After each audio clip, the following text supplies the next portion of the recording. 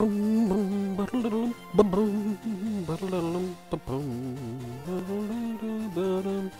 guys, welcome back. It's me, Mercer88. I'm Let's Playing Pokemon That Gets in the Way. It's not Pokemon That Gets in the Way, it's Pokemon Fire Red. I'm running back. I'm not doing this because I'm a pansy. I'm doing it because I need to heal up my Pokemon, because I want to try and evolve my Ivysaur and my Pidgeotto. So you'll have to forgive me while I go into super speed mode for a short while, and just leg it back to the nearest town for a quick heal up. Not you, Magikarp loving freak. Go away. Ekans. Go away, Ekans.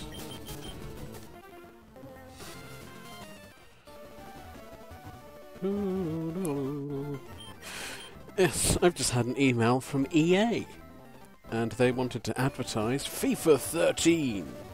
It's got 5 game-changing innovations, apparently. And I watched their little video spiel, and the 5 game-changing innovations basically just looks like corrections to things that they've buggered up.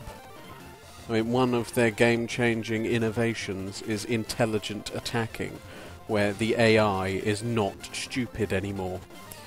I think on FIFA 11 and FIFA 12, if you kind of got into a good opportunity, your AI just would not follow up. Like, maybe you'd end up hitting the post, or it rebounds off the keeper, and there'd just be like no AI players following up to get on the ball. And they're advertising that now as one of their game-changing innovations, that AI players will start to do that. So I think is a bit ridiculous. That's not really a game-changing innovation.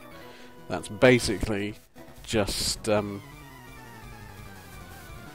correcting shit AI programming, you know?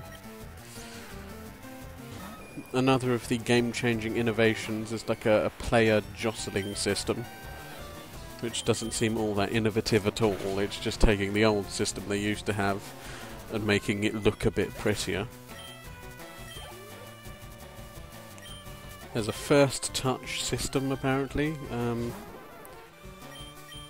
That just seems to be making the game more intricate and complex, so that the weird, wanky 13-year-olds who are geniuses at it can continue kicking the arse of more casual players online.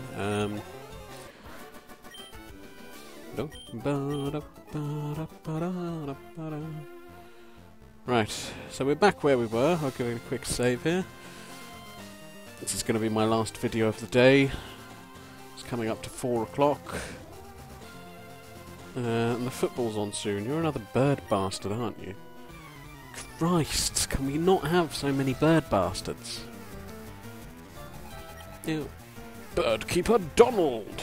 Donald Donaldson. Sent out a Farfetch'd.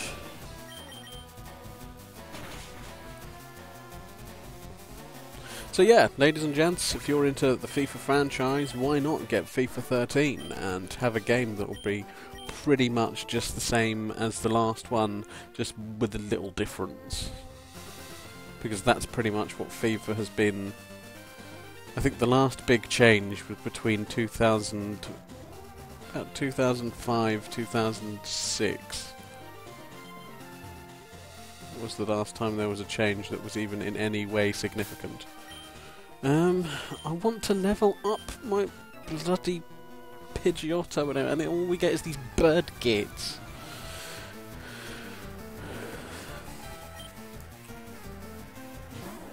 By the way, I do play the FIFA games myself. I don't mind them. I do love a bit of a football game every once in a while.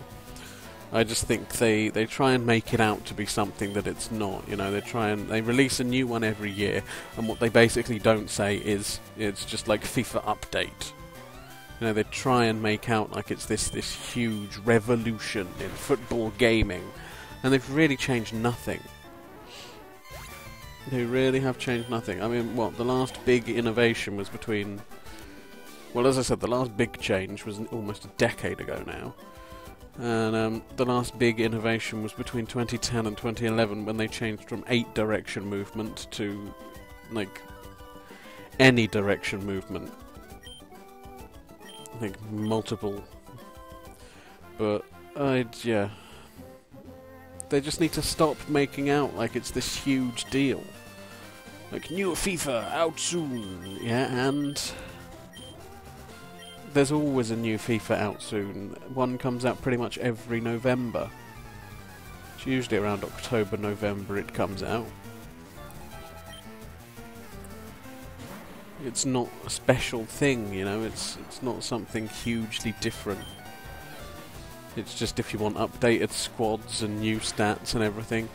I mean, what's really irritating about that, though, is it could all just be done, like, with updates online and everything, you know? It's just not. We're gonna switch in our Kadabra here. That's the irritating thing. People will spend that money on buying the new game as if it's worth it, and it's really not. I mean, especially since EA introduced their bloody code-based play online system.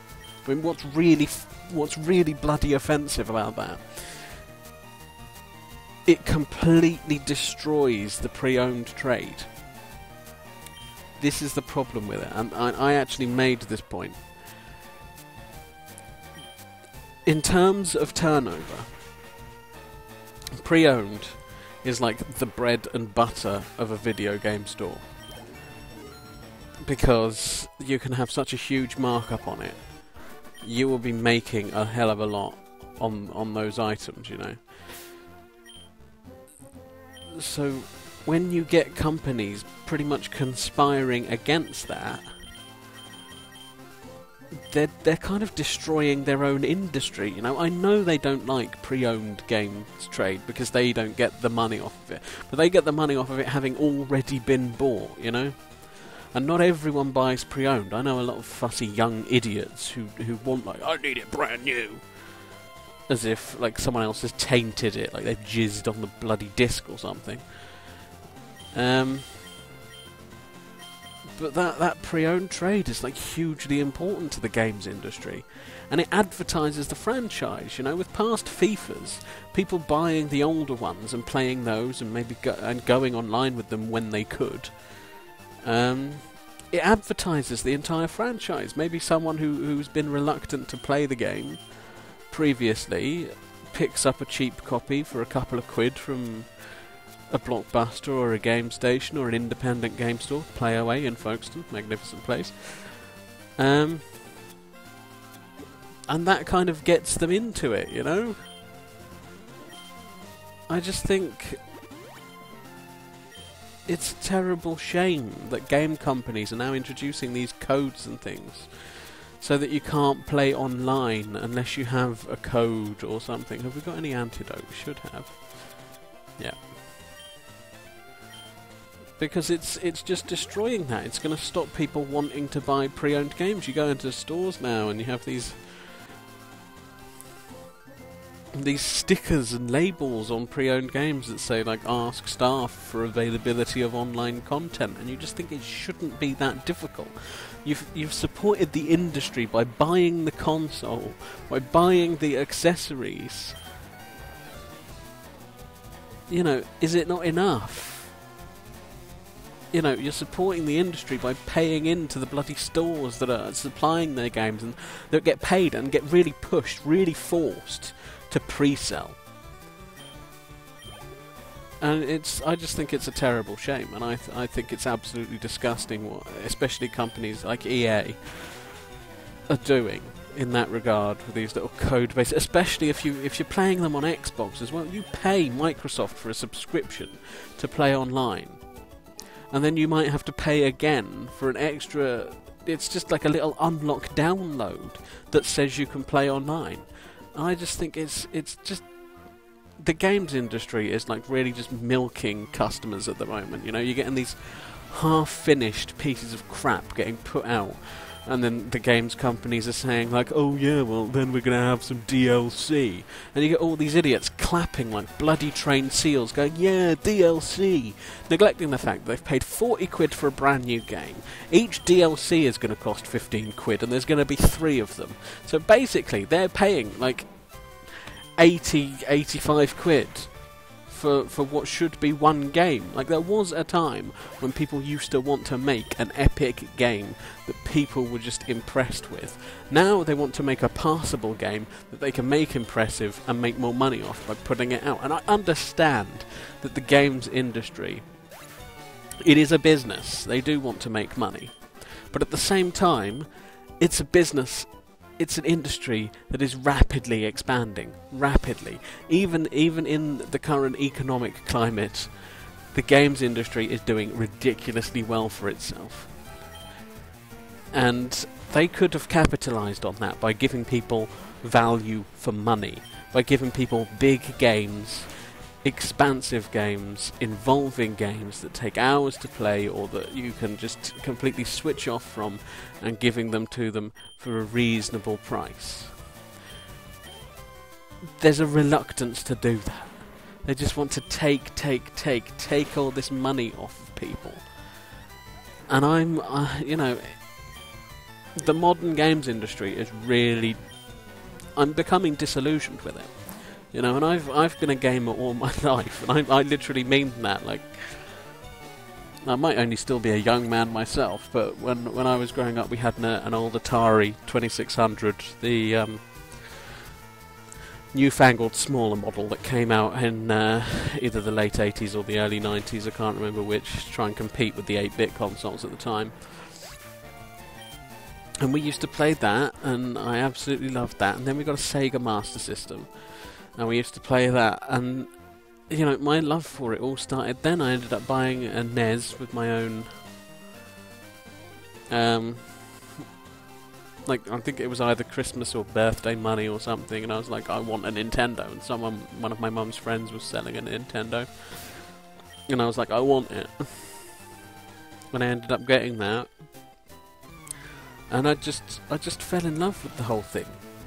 You know, there was something so incredibly charming about gaming, something so wonderful about it that you don't get from other forms of entertainment, and that's disappearing now.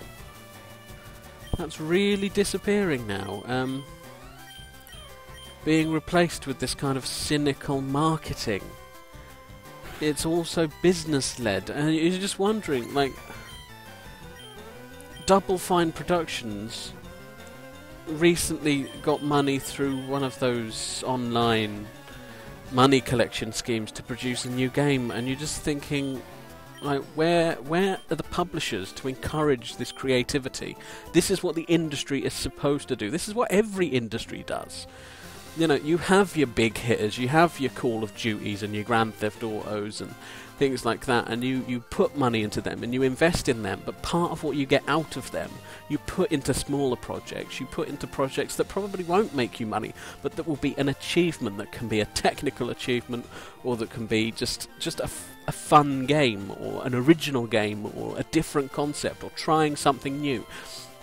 And if that works, you know, or if parts of it work, you then incorporate them into the mainstream.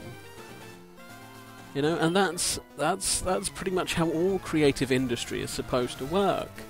And the games industry has just forgotten that, and these huge publishers are just pumping their money into the giant cash cow franchises and almost completely neglecting this independent side of things. And it's a terrible shame. Especially since I've recently bought a few of the indie bundles that have been going about. I haven't been able to really work with them much because of the quality of my laptop and how terrible it is. But I figured, you know, I had a few quid, and I thought I'll give them a go, you know. And there are some wonderful games in there. I might let's play a few of them. And it just makes you glad of things like the Xbox Live Arcade and particularly Steam. I'm sorry, but in terms of the games industry doing things right, Valve get it right every time. Valve know what they're doing, you know.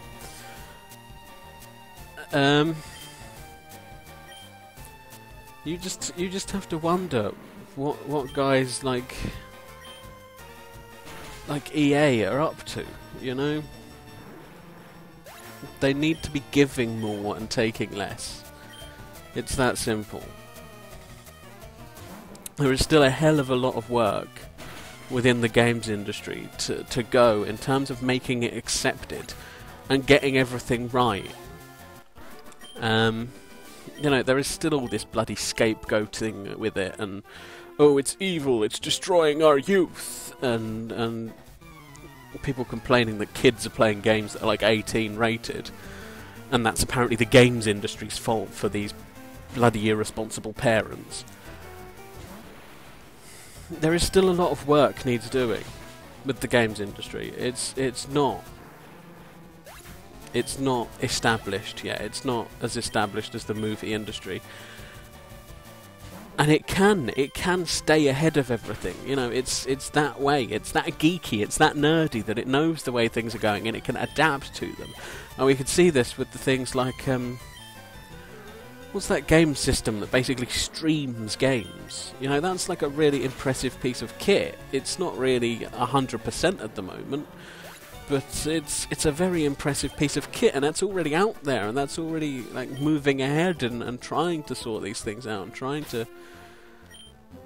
trying to improve on where things are and advance technologically with everything else, you know. And I just think the industry is getting very hubristic. There is a lot of hubris about, like it's an untouchable industry now, like it couldn't possibly fail. And the thing is that was pretty much the same thinking that was around in 1980s, you know, was it like 1984, 85 with the big video game crash then? That could have prevented like this Pokemon from ever having existed. Like, imagine if Pokemon had never existed. And what's Feather Dance? Let's have a look at this. Sharply cuts the attack. Stat, I don't bother with stat cutting moves. Yeah, I don't like to see that hubris. I don't like to see that. It makes me worry. It'll only take one controversy, one bad console, one sad event, and the whole thing could come crashing in. I don't think the video games industry would die. I just think it takes a lot of building up. Every time it gets knocked down, it takes a lot of building up, and sometimes that's a good thing. But at the same time, you know, let's keep progressing. Let's not have to knock everything down and build it up again. Let's keep progressing as we're going. That's what I think anyway. Sorry, I've just gone on a 20-minute rant about the games industry and everything, but it all started with bloody EA and their FIFA franchise and their lack of honesty in it and their money-grabbingness, and it just frustrates me. It really does. I think what really makes me bitter, it's Square Enix. Square Enix are the ones who really pretty much like turned me off. Final Fantasy 13 was just Call of Duty the RPG, you know. It was trying to be far too fast-paced and suit this new gaming style. And I can understand why they've done it, you know. They want to pick up a new audience and everything. That's great. And I can forgive that. But what I can't forgive is Final Fantasy 13-2. Because, for one thing, it could have been a pretty decent game. I think that is one of the most tragic things about it. It's not a bad RPG by any means. It could have been a decent game. What makes it terrible is how incredibly cynical it is. They stick this bloody woman in it, and you see the menu where you can change costumes, and they're pretty much going to charge horny nerds for sexy costumes. And then there's a section in there where there's like a casino area, and you actually went up to someone and she said, "Oh yeah, there's a game coming in like an upcoming DLC," and you just thought, how fucking contrived is that? How disgusting is that Square Enix would put out an incomplete game, a game where they knew they had something coming up and they just didn't bother to finish it. They deliberately didn't bother to finish it because they wanted to charge you for it. And this is the thing, they've deliberately left things out of that game because they want you to pay for them. Whereas Square Enix used to be about, especially the Final Fantasy franchise, it used to be about the achievement. It used to be about making something that was so complete, and that was so engrossing, and that was so involved, and that was so lengthy, and it wasn't padded out with stupid fetch quests. And as for people who say, well, if you don't want the DLC, don't buy it, congratulations for completely missing the point. It's not a matter of not wanting to buy it. As far as things are concerned, at the moment, the actual ending for that game is going to be in a DLC. The actual ending that gets tacked on to the incredibly naff one that they've got in there that I don't want to spoil for people, is going to be tacked on in a DLC. So basically, while you're saying, if you don't want to buy it, you don't have to, what they've said is if you want to know the actual ending, you're going to have to buy it. That is very underhand marketing right there. If they'd have told me that there was going to be another game, I'd have said, fine, that's alright. But what they're basically telling me is I've got to buy some DLC to complete that game properly. Not that the game isn't complete in and of itself. I've got to buy something extra to finish it.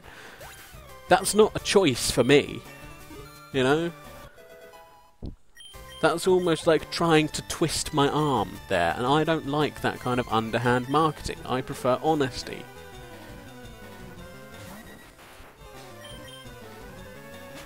Plus, idiots will buy these things and will encourage the video game industry to keep putting them out. It's not a matter of if you don't want it, don't buy it. It's a matter of idiots will buy it and will make the games industry think that this is what we want. I don't want this. I don't want all this DLC and everything. Okay, sometimes it's quite good. You know, sometimes you get an add-on and it's fantastic and you think, great. I mean, I generally don't buy them. I generally, you know, if I'm going to play add-ons and things, I generally get a complete edition or a Game of the Year edition or whatever's available. But this is just the way it's going now, you know? It's all about how much can we get out of people? How many more subscription services can we supply them with? How many more DLCs are they stupid enough to buy? How much more can we get out of people? How little effort can we make for maximum money? That is pretty much how the games industry is at the moment. And I just think it's a terrible shame. And I think franchises like the FIFA franchise, like the Call of Duty franchise, that people are just willing to buy because of the name and because of the hype, I think are kind of doing some of the damage, you know. And I don't like to, you know, they're good games. Apart from Call of Duty being incredibly nonsense, westernised military propaganda, and FIFA basically being propaganda to help support and prop up an already financially saturated video games industry and sports industry. Are we there? Yes, we're in Fuchsia City now.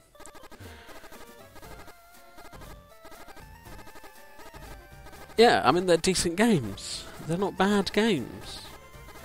It's just their attitudes. It's the business of those games is what really bugs me.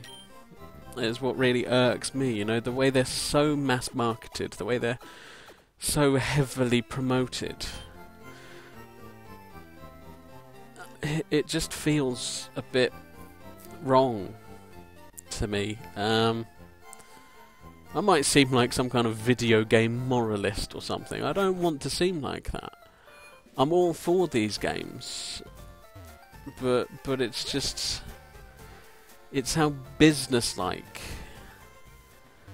how cynically business-like almost, you know, because I understand it's a business and they've got to make money and everything, but it's all become so cynical now that the games are being forgotten for the money, and that's what bugs me.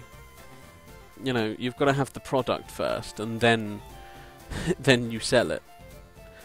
And at the moment, they're selling it before they've got the product, or before the product's even finished, and then they're selling the finishing touches as extras. There's something a bit wrong for me about that whole quality. Anyway, I think I'm going to call it a video here after having spent 25 minutes talking about the video games industry. This is what I do, guys, okay? You catch me playing games and generally being quite casual and putting on silly voices and what have you. This is what I do to relax. I play games to relax in my spare time. When I'm not playing games, I'm busy. I'm a writer. I've got a blog online, and you know, it's quite political. And I don't like politics. I don't like monarchy. I don't like business. And I do complain about these things, and I think about these things, and I rant about these things, and I talk about these things. So that was pretty much a taste of it there, you know. So I apologise for that if you didn't really get much of the game. I hope you liked my thoughts on the gaming industry. That was going to be my last video for today, but I think I'm going to do another one. So I'll be back in a moment. Until then, guys, peace and love.